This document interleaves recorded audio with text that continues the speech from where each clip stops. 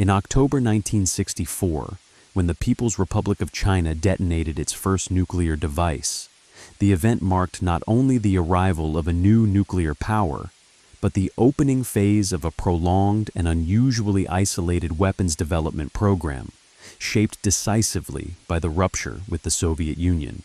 Because unlike other nuclear states whose arsenals were built within alliance systems or under external protection, China's deterrent emerged from a strategic environment defined by distrust, technological exclusion, and the conviction that reliance on any external guarantor would reproduce the vulnerabilities that Beijing associated with earlier dependence on Moscow.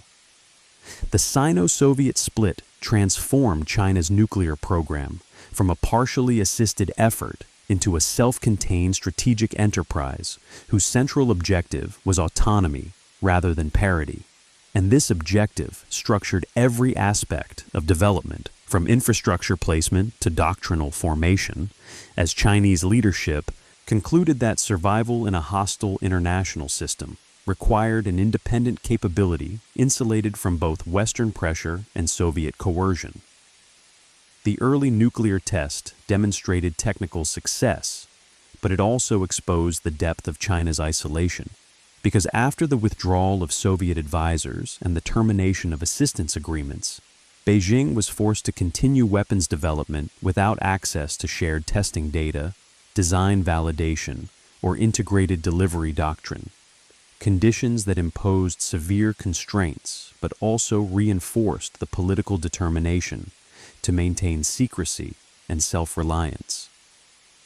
Chinese planners responded by dispersing nuclear infrastructure across remote inland regions, constructing covert testing sites, production facilities, and research institutes far from vulnerable coastal areas, a geographic strategy designed to reduce susceptibility to preemptive attack and foreign intelligence penetration while complicating external assessment of progress. This dispersion reflected a broader conception of nuclear weapons as political instruments whose credibility depended less on numerical strength than on assured survivability, and the perception that China could not be disarmed through external pressure, a conception that diverged from the superpower model of continuous expansion, and instead emphasized endurance under uncertainty. Intelligence isolation played a defining role in this process, because China's estrangement from both superpower blocs limited access to external validation of designs and performance, forcing reliance on indigenous scientific networks and internal testing regimes that prioritized reliability over innovation. And this constraint shaped a conservative approach to warhead development that favored proven designs and incremental improvement rather than rapid diversification.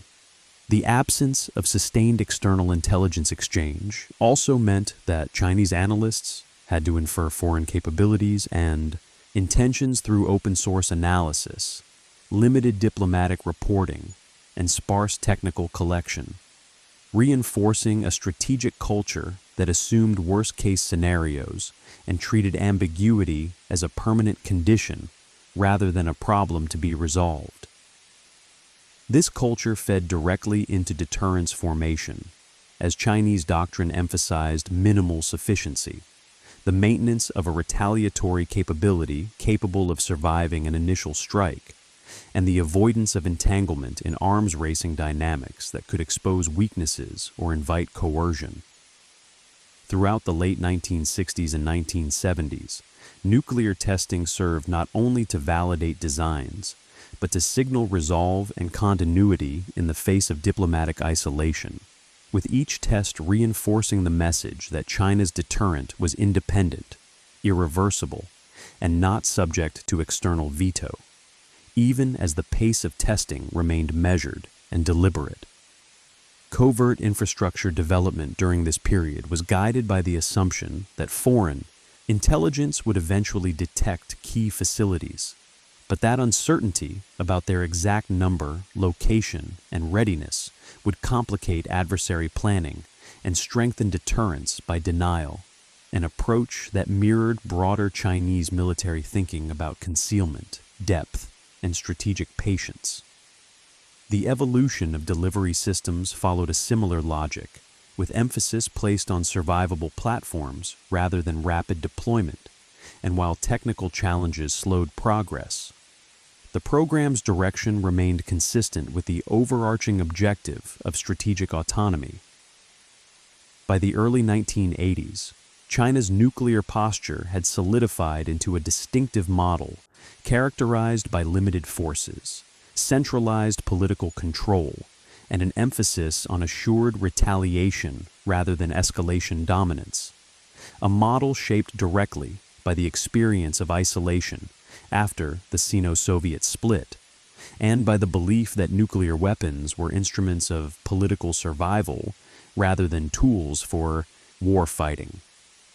This early phase established the foundations of a deterrent that would persist despite shifts in international alignment, demonstrating how a nuclear weapons program developed under conditions of intelligence exclusion and geopolitical estrangement could still achieve strategic credibility by aligning technical development with a coherent conception of autonomy, restraint, and endurance in an environment where external support could not be assumed, and dependence was treated as a strategic liability rather than an advantage. As China moved beyond the initial demonstration of nuclear capability in the mid to late 1960s, the strategic logic governing its weapons development hardened around the premise that isolation was not a temporary setback, but a permanent condition to be managed, because the Sino-Soviet split had removed not only technical assistance, but also the possibility of extended deterrence or shared early warning, leaving Beijing to assume that in a crisis it would face pressure from multiple nuclear-armed adversaries without reliable external support, a reality that profoundly shaped decisions about force structure, command authority, and survivability. Chinese leadership assessed that the greatest danger lay not in inferiority per se, but in vulnerability to coercion,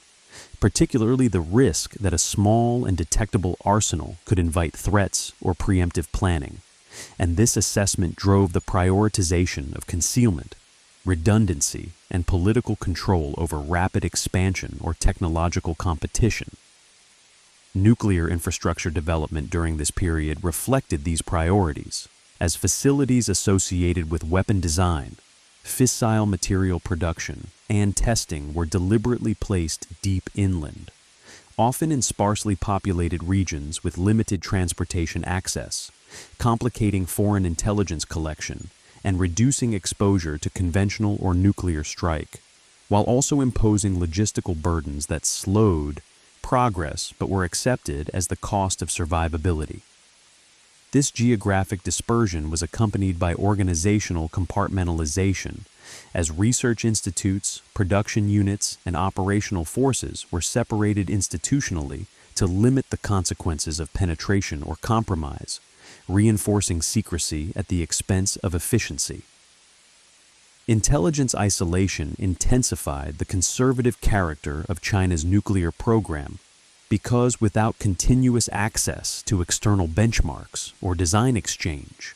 Chinese scientists and planners favored approaches that minimized technical risk, emphasizing robustness and simplicity over miniaturization or rapid iteration. And this conservatism was reinforced by political oversight mechanisms that treated reliability as paramount in a system where failure could not be externally validated or quickly corrected. Testing practices reflected this caution, with underground and atmospheric tests used to confirm core design principles rather than to explore a wide range of yield options, and the cadence of testing was structured to balance technical necessity with the political costs of international exposure, as each test risked diplomatic backlash while also reinforcing deterrent credibility. Chinese intelligence assessments during this period were shaped by limited access to foreign military planning, leading analysts to assume that adversaries would plan against worst-case Chinese capabilities, rather than minimum estimates, an assumption that paradoxically reduced pressure to expand forces rapidly because deterrence was believed to rest on uncertainty rather than on numerical equivalence.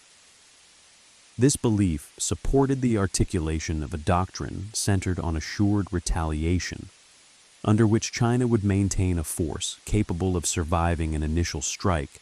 and responding decisively, but would not seek to match the superpowers in readiness or precision, a posture that aligned with resource constraints and political priorities, while also reducing incentives for arms racing. Command and control arrangements were designed to reinforce this posture, with centralized authority over nuclear weapons tightly held by the political leadership, reflecting both ideological emphasis on party control and practical concerns about unauthorized use in a system lacking the redundancy and early warning networks of the superpowers. This centralization further slowed operational deployment, but was treated as essential to maintaining strategic stability and preventing miscalculation under conditions of limited situational awareness. Delivery system development during the late 1960s and 1970s mirrored these choices, as ballistic missile programs advanced incrementally, focusing on systems that could be concealed, protected, and eventually hardened rather than on rapid deployment of vulnerable platforms. And while progress was uneven, the underlying logic remained consistent with the objective of denying adversaries confidence in a disarming strike. Throughout this period, China's nuclear program remained deliberately opaque, not only to foreign intelligence, but also within the Chinese military establishment, reinforcing a culture in which nuclear weapons were viewed as political instruments whose existence mattered more than their operational integration. And this opacity contributed to external uncertainty that strengthened deterrence despite the small size of the force.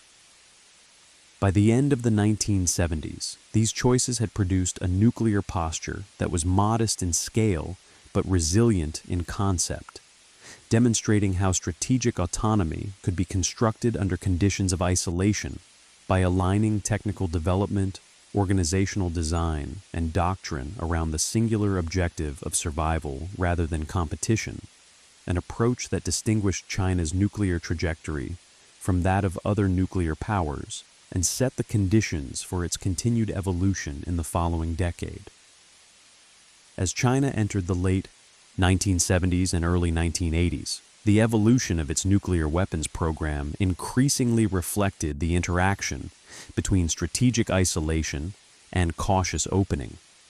Because while diplomatic normalization with the United States reduced immediate pressure,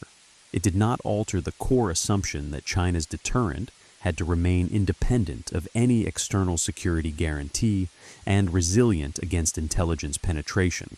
And this continuity preserved the program's emphasis on autonomy, even as the broader foreign policy environment shifted. Chinese planners assessed that normalization reduced the likelihood of coordinated coercion by multiple adversaries, but did not eliminate the structural risks posed by superior nuclear powers, leading to a refinement rather than a reversal of existing doctrine, as the objective remained the maintenance of an assured retaliatory capability that could survive under uncertainty rather than the pursuit of expanded warfighting options.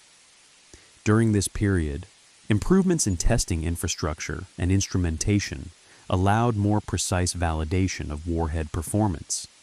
Yet the program continued to prioritize reliability and survivability over rapid diversification, reflecting a belief that deterrence credibility rested on confidence in a small number of dependable systems, rather than on numerical growth that could invite countermeasures or intelligent scrutiny. The continued development of underground testing facilities further reinforced secrecy, enabling China to conduct validation activities with reduced international visibility, while also signaling technological maturity through controlled disclosure rather than overt demonstration. Intelligence isolation remained a defining constraint, because even as diplomatic engagement increased, access to detailed foreign nuclear design information and early warning data remained limited, forcing Chinese analysts to rely on inference and conservative assumptions about adversary capabilities. And this reliance reinforced a strategic culture that treated ambiguity as permanent and designed forces accordingly. Within this culture, uncertainty was not a problem to be solved, but a condition to be exploited, as Chinese doctrine assumed that adversaries would be reluctant to risk escalation against a force whose precise configuration and readiness were difficult to assess, even if its overall size was known to be limited. Organizationally, the nuclear enterprise remained tightly compartmentalized, with clear separation between research, production, and operational units. And this separation was maintained despite pressures for efficiency, because leadership judged that reducing vulnerability to penetration and unauthorized disclosure outweighed the benefits of integration. Command and control arrangements continued to emphasize centralized political authority, reflecting both ideological commitments and practical concerns about accidental or unauthorized use in a system lacking the layered safeguards and redundancy of superpower arsenals. And this emphasis reinforced a posture of deliberate restraint that aligned with China's declared nuclear principles. Delivery system development in this period advanced incrementally, focusing on improving survivability through hardening, mobility, and concealment rather than through expansion of force size. And while technological progress was uneven, the trajectory remained consistent with the objective of denying adversaries confidence in a disarming strike. Intelligence assessments internal to China treated survivability as a holistic property, encompassing not only physical protection of missiles and warheads, but also the resilience of command authority and the opacity of deployment patterns. And this broad conception shaped investments in infrastructure and training that were often invisible to external observers. The relationship between secrecy and signaling was carefully managed as Chinese leadership sought to demonstrate the existence and continuity of the deterrent without revealing operational details that could reduce uncertainty, a balance achieved through selective testing, controlled public statements, and adherence to declaratory principles that emphasized restraint while avoiding specifics. This approach distinguished China's deterrence formation from that of other nuclear powers, as it relied less on demonstrative capability and more on the strategic implications of uncertainty combined with political resolve. By the early 1980s, the cumulative effect of these choices was a nuclear posture that remained limited in scale but coherent in purpose, anchored in the experience of post-split isolation and shaped by the conviction that dependence was a strategic vulnerability, and this posture proved durable despite changes in leadership and external alignment. The persistence of this model underscored that China's nuclear development after the Sino-Soviet split was not a transitional phase, but a foundational period in which autonomy, secrecy, and restraint were institutionalized as core principles, ensuring that the deterrent could endure under conditions of technological asymmetry and intelligence uncertainty, while fulfilling its primary function of preventing coercion and preserving strategic independence in a complex and evolving international environment. As the 1980s progressed, China's nuclear weapons development increasingly reflected institutional maturity rather than expansion, because the core strategic problem identified after the Sino-Soviet split, how to maintain an independent deterrent under conditions of intelligence isolation and technological inferiority, had been addressed not through scale but through durability, and this emphasis shaped how refinement, testing, and force management were approached during the decade. Chinese planners assessed that the credibility of deterrence rested on continuity and survivability rather than on visible growth leading to an approach in which modernization occurred slowly, selectively, and largely out of public view,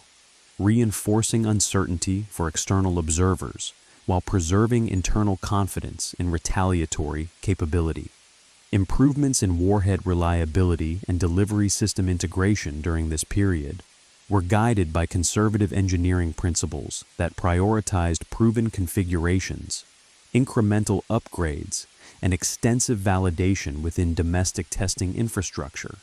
reflecting an institutional aversion to untested innovation in a program where failure could not be externally benchmarked or quickly corrected.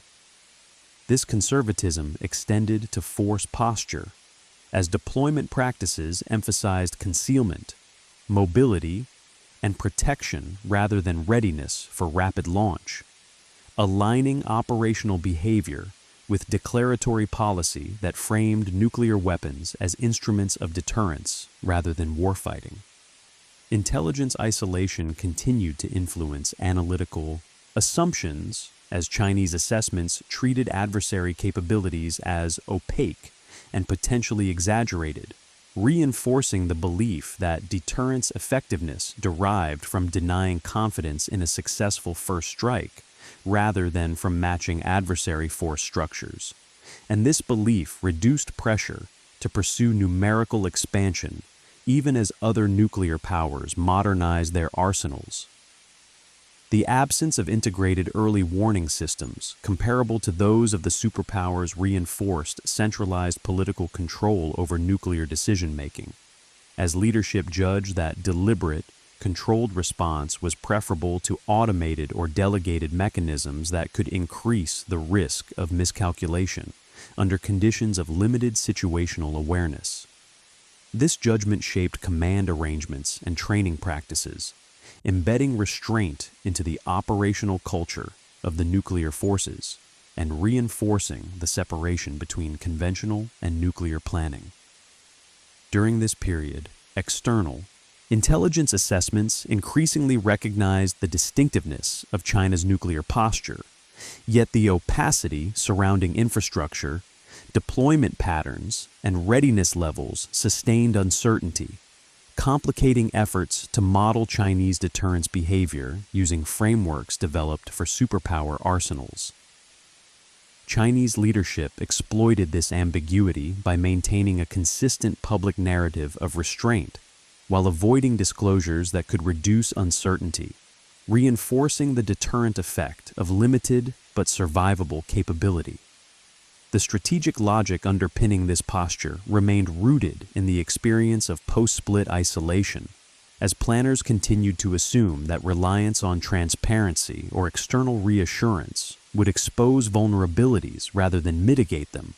And this assumption preserved secrecy as a core organizational value, even as China's broader engagement with the international system expanded. By the late 1980s, China's nuclear weapons enterprise functioned as a self-contained system whose legitimacy rested on internal coherence rather than external validation, demonstrating that a deterrent could be sustained over decades without integration into alliance structures or arms control regimes, provided its strategic purpose remained narrowly defined. This endurance illustrated how the constraints imposed by the Sino-Soviet split had been transformed into organizing principles, shaping a nuclear posture designed to outlast political shifts and technological change, by anchoring development in autonomy, restraint, and survivability rather than in competition or signaling dominance. As the Cold War approached its conclusion, the Chinese nuclear deterrent stood as a product of deliberate isolation, not as a temporary expedient, but as a strategic choice that ensured independence under uncertainty, reflecting a long-term calculation that credibility derived from the ability to endure and retaliate rather than from the capacity to intimidate or escalate, a calculation forged in the aftermath of the split and sustained through decades of constrained but disciplined development. As the Cold War drew toward its final years, The enduring influence of the Sino-Soviet split on China's nuclear weapons development became increasingly evident in how Beijing interpreted strategic stability, because decades of operating without alliance protection or reliable intelligence exchange had produced a deterrence culture that treated uncertainty as structural and permanence as the ultimate objective. And this culture resisted pressures to redefine the nuclear force in response to shifting global alignments. Chinese leadership assessed that the dissolution of rigid bloc confrontation did not eliminate the risks associated with nuclear coercion, particularly for a state whose historical experience reinforced suspicion of external guarantees, and this assessment reinforced continuity in doctrine even as other aspects of national policy evolved. The nuclear enterprise therefore remained insulated from short-term political trends, with institutional safeguards preserving secrecy, compartmentalization, and centralized authority as defining characteristics of force management. Intelligence isolation continued to shape analytical assumptions as Chinese planners maintained worst-case interpretations of adversary capabilities in the absence of comprehensive insight, leading to conservative force planning that emphasized assured retaliation rather than adaptive escalation. And this conservatism reduced incentives to pursue rapid modernization or doctrinal experimentation.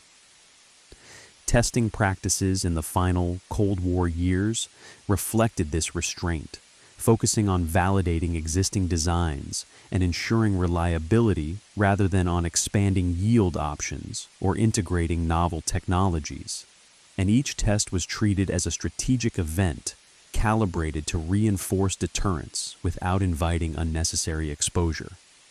The geographic depth of infrastructure remained central to survivability, as dispersed facilities, hardened sites, and concealed deployment patterns continued to complicate foreign intelligence assessment, reinforcing uncertainty about readiness and resilience that strengthened deterrence by denial. The separation between nuclear and conventional forces was preserved, reinforcing the political character of the deterrent and limiting the risk that nuclear weapons would be drawn into conventional planning or crisis signaling,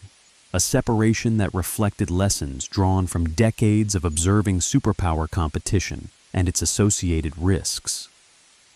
Chinese declaratory policy remained consistent, emphasizing restraint and retaliation rather than first use, and this consistency was treated as a stabilizing factor that reduced incentives for adversaries to probe thresholds, even as operational details remained undisclosed. By the end of the 1980s, China's nuclear weapons development had achieved a state of institutional equilibrium in which autonomy, secrecy, and survivability were embedded as enduring principles rather than temporary responses to isolation, demonstrating that a credible deterrent could be sustained over time without numerical parity or alliance integration. This outcome reflected a strategic synthesis forged in the aftermath of the Sino-Soviet split, in which the constraints of isolation were transformed into a coherent deterrence model aligned with national priorities and historical experience. The legacy of this period lay not in the scale of the force, but in the durability of its underlying logic, a logic that positioned nuclear weapons as instruments of last resort, whose primary function was to deny coercion and preserve strategic independence under conditions of persistent uncertainty. As the Cold War ended, this logic remained intact, ensuring that China entered the post-Cold War era with a nuclear posture shaped less by rivalry than by the long experience of isolation, self-reliance, and the conviction that strategic autonomy depended on the ability to endure rather than to dominate. In the final assessment of China's secret nuclear weapons development after the Sino-Soviet split, the defining characteristic of the program was not technical acceleration or doctrinal innovation, but the successful institutionalization of strategic autonomy under conditions of prolonged intelligence isolation. because the rupture with Moscow forced Beijing to confront the nuclear problem without external guarantees, shared early warning, or reliable design validation, and the solutions adopted in response shaped the deterrent more deeply than any single technological milestone. From the first test in 1964 through the end of the Cold War, China's nuclear enterprise evolved as a self-contained system whose priorities were survivability, political control, and endurance rather than parity or escalation dominance, reflecting a belief that dependence itself constituted vulnerability and that credibility derived from the certainty of retaliation rather than the scale or sophistication of forces. Covert infrastructure dispersion, conservative engineering choices, and tightly centralized command arrangements were not temporary expedients, but deliberate design features intended to deny adversaries confidence in coercion or disarmament, even as they slowed development and limited transparency. Intelligence isolation reinforced a strategic culture that treated ambiguity as permanent and planned accordingly, privileging robustness over optimization and restraint over signaling. And this culture shaped both internal assessments and external behavior, producing a deterrent posture that remained opaque yet stable across decades of geopolitical change.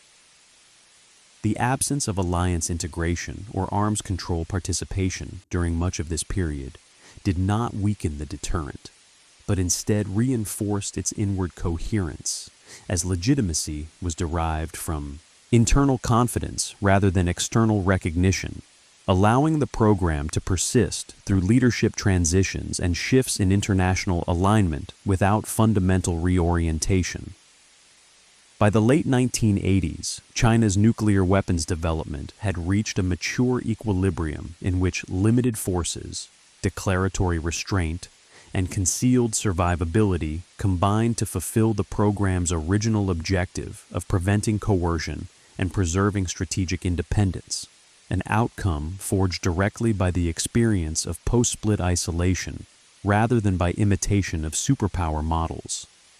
This trajectory demonstrated that nuclear deterrence could be constructed and sustained outside alliance systems and arms racing dynamics, provided that technical development, organizational design, and doctrine were aligned around a coherent conception of autonomy and endurance.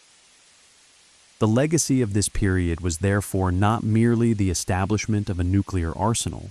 but the embedding of a strategic logic that treated nuclear weapons as political instruments of last resort rather than tools of competition, a logic that would continue to influence China's approach to deterrence beyond the Cold War. In retrospect, China's secret nuclear development after the Sino-Soviet split stands as a case study in how isolation, constraint, and mistrust can produce a durable and distinctive deterrent model, demonstrating that strategic credibility can be achieved not through visibility or scale, but through the disciplined alignment of secrecy, survivability, and restraint in an international system defined by uncertainty.